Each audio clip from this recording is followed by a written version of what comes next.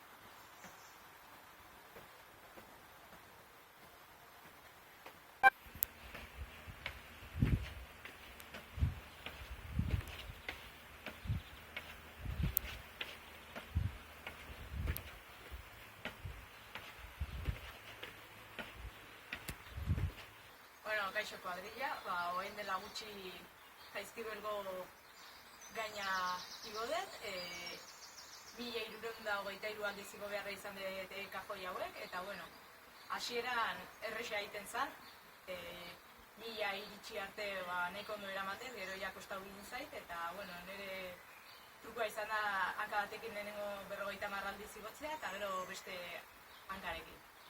Segur aski inoiz ez nula olako gauzei probauko egoera honetan egongo ez bagina. Bueno, animo eta segituen mendian ikusten geha.